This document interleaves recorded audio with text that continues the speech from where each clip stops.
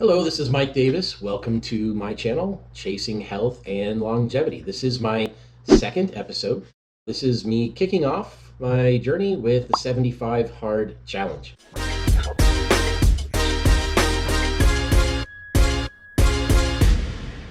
So I decided to kick off my new year with a 75 Hard Challenge. This is a program that I've thought about doing for a long time, but never really done it. I mean, it is 75 Hard, but the 75 Hard is a program that was created by an entrepreneur and influencer, Andy Frisella. This is really meant as a challenge for mental toughness and improving physical health. It's not just a diet, it's not just exercise, it's really mental toughness. And I think at the end of the day, that's what I got out of it more than anything. But I'll share with you my journey here and the results. I'll also put a link into the podcast from Andy Frisella on him describing 75 Hard. So if you want to check that out, I would highly recommend it. I want to start with a challenge that had some structure to it and had some measurable results, something that set the tone for a new lifestyle, something that gave me habits that I could start, ingrain, and build upon over time. And that's what 75 Hard does. Let's look at the 75 Hard rules. They're pretty simple. First of all, drink a gallon of water. Sounds easy, but don't get behind. Don't find yourself in the evening trying to play catch up. That's 1 gallon, 128 fluid ounces of water. Next, 2 daily workouts, a minimum of 45 minutes each, at least one outdoors. Next, read 10 pages of a self-development book. Next, follow a diet. No cheat meals. That means 0 cheating for 75 days. And lastly, a daily progress picture. Any of the 5 of these that you miss on any day, you start over. So this is something that builds that mental toughness you don't want to miss. Starting out of that water, I have a 28-ounce shaker water bottle that I carry with me religiously. I drink 5 of those per day. It's a little more than that gallon of water, but I love it. It's really not a hard one unless, like I'm saying, you got behind in your day, if you weren't staying on top of your water consumption, if it gets late in the day, you've had 75 ounces, you still have a bunch to go, it can make for a long night while you're up peeing every half hour. So exercising. I chose to do an indoor program that started off with 15 minutes of warm up and stretching every day and 30 minutes of strength training. So I separated my strength training into a push, pull, legs, and core. Push day is chest and triceps, a pull day is back and biceps, a legs day, and a core day. Gave me plenty of time to cycle through and get body parts rested. I didn't feel like I had any stress really from that. And then outdoor, I decided to do a walk. So every day I did 45-minute walk. Started out at about a mile and I got up to about 2.5 miles over time. A walk with my dog. He loves it.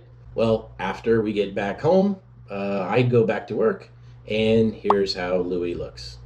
Nighttime, reading 10 pages. Now I say nighttime, I probably should have done that because that might have been the toughest aspect for me. I was pretty tired by the end of each day, and reading 10 pages after you're tired, well, it was difficult to stay awake, but I got it done. The diet. Okay, I chose to do 3 different diets, all based around low carb lifestyle that I've had success with before. So I wanted something that I could sustain, something that would work for me, something that I knew I could stay on even after the 75 Hard challenge.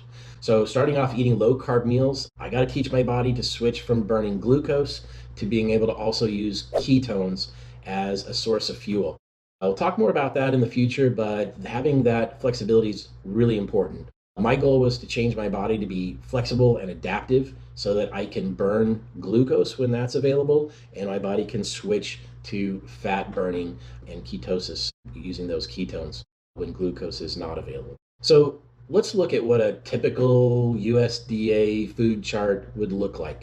Notice that we've got breads and cereals and pastas making up the whole big 30% of your diet.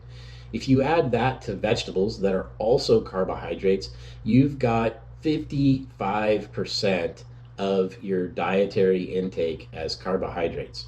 Next, 20% carbs. Next, 15% meat, fish, milk, eggs. And next, 10% fats and sugars. Please notice this is exactly the opposite of what I did. Now let's look at the ketogenic diet. Notice that that ketogenic pyramid is almost exactly opposite. We have 70 to 80% fat, 20 to 25% protein, and 5 to 10% carbohydrates. I tried to stay under 40 grams of carbohydrates on this diet, which is really pretty easy. Stricter versions of the keto diet will have you under 20 grams to get you into higher ketosis. I'll talk more about that later and why I decided to stick with 40 grams for the 75 hard. Let's talk about what the difference between carbs and net carbs means. Net carbs means I get to subtract out sugar alcohols and fiber. So to do that, we calculate net carbs by total carbohydrate number. That total carbohydrate number, we're going to subtract out sugars and anything that's sugar alcohols. So for example, let's look at this Quest peanut butter cup, one of my favorites. Here's the nutritional information for this delicious bar. I loved it. The total carbohydrates here are 13 grams. We get to subtract 4 grams out for dietary fiber and another 8 grams for sugar alcohol. This is going to give us a net carb of just 1. On this first version of keto, I was also giving myself the ability to eat keto snacks, keto peanut butter cups or Quest protein bars, giving myself snacks, salty snacks, sugary snacks, etc. My ketones average between 0.3 and 0.8. Over the course of this first 30 days, I lost 4.5 pounds or 1.05 pounds per week average. Then I did the carnivore diet. Let's look at what the carnivore diet means. Yep, you're a carnivore. You eat animal products only. Animal fat, animal eggs, dairy, and meat. What we would call a nose to tail diet would be carnivore that included different kinds and different cuts of meat. It's not a ribeye every single meal. You might, and I had to learn to eat kidney and heart and other organ meats to get that total nose to tail diet. The idea is that there are enough differences in eating those different kinds of cuts and different meats and different organs to get you all of the nutrients that you need. Also notice on the carnivore diet, no carbs. That means 0. Probably get some in maybe some of there's going to be some carbs, but there's really not going to be many. So this is as low a carb diet as you could possibly be when you're strict on it. I did this carnivore diet for 30 days. That's high fat meats, nose to tail, meats and organs. I don't measure carbs. I didn't measure calories. I never measured calories. And probably well under that 20 grams of carbs per day. No other food or snacks. And here, my ketosis was much different. My ketones measure between 0.5 and 2.0 with days that were in the 4 and 5s. In total, over that 30 days, I lost 14 pounds. That's a 3.26 pound per week average. The last diet I did was a strict ketogenic diet for 15 days. On that, no protein bars, no Quest peanut butter cups, only low carb, high fat, under 40 grams of carbs a day, and those all came from vegetables and a few fruits. I was able to subtract fiber from the vegetables and fruits that I was eating, but there were no sweet snacks, no salty snacks, no fake or processed foods, whole foods only. So meat, eggs, cheeses, vegetables, that's pretty much it for 15 days. Mostly single ingredient foods, meaning if there's more than one ingredient on that package label, it's more than a single ingredient food. On this plan, I lost 3.5 pounds in that 15 days, 1.63 pounds per week average. My total over the 75 days was 22-pound weight loss. I really want to share with you that ironically, the most difficult to stay on was that basic keto that allowed me to eat those snacks and sweets. I found that eating those really created cravings for more. So while I did stay under on the net carbs and I maintained ketosis, I really felt hungry quite often and I craved more sweets.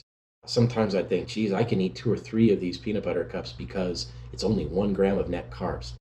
It really didn't stack up to be that great of a diet for me. But here's how the numbers went. Basic keto, 4.5 pounds in 30 days, 1.05 week average. Carnivore diet, 14 pounds in 30 days, 3.26 pounds per week average. Strict keto diet, That one was only 15 days, but I did lose 3.5 pounds for 1.63 pounds per week. What if I had done all 75 days on the carnivore diet? I might have lost 34.93, almost 35 pounds, which would be 13 pounds more than I lost doing the 3 different diets.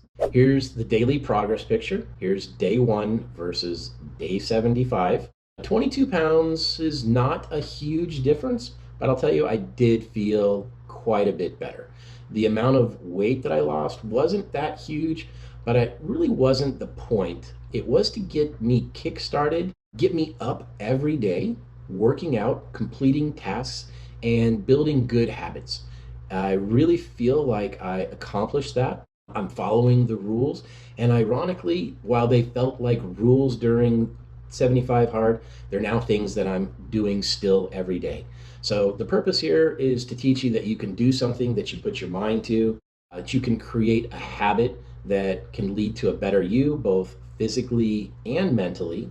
And as Andy Frisella says in his podcast on 75 Hard, if you finish this program, you will gain confidence, you'll gain self-esteem, you'll gain self-worth, you'll have self-belief, you'll know that you can do something, set your mind to it, and complete it. Fortitude, grittiness, whatever you want to call that, discipline is a good word. All of those things, check, check, check. I felt really good about it when I completed it. My body was much cleaner, I was much healthier, I was on a path, and these are a lot of habits that I've continued to stick with. So, was it worth it? Yes, absolutely. Would I do it again? Absolutely. I feel like it really wouldn't even be that much different than what I've maintained since starting 75 Hard. So I wake up each day and I still walk my dog. You know, he's come to expect it. So thanks for watching. I really appreciate it. Please subscribe. We'd love to see you back here. We got more information coming soon. Thank you.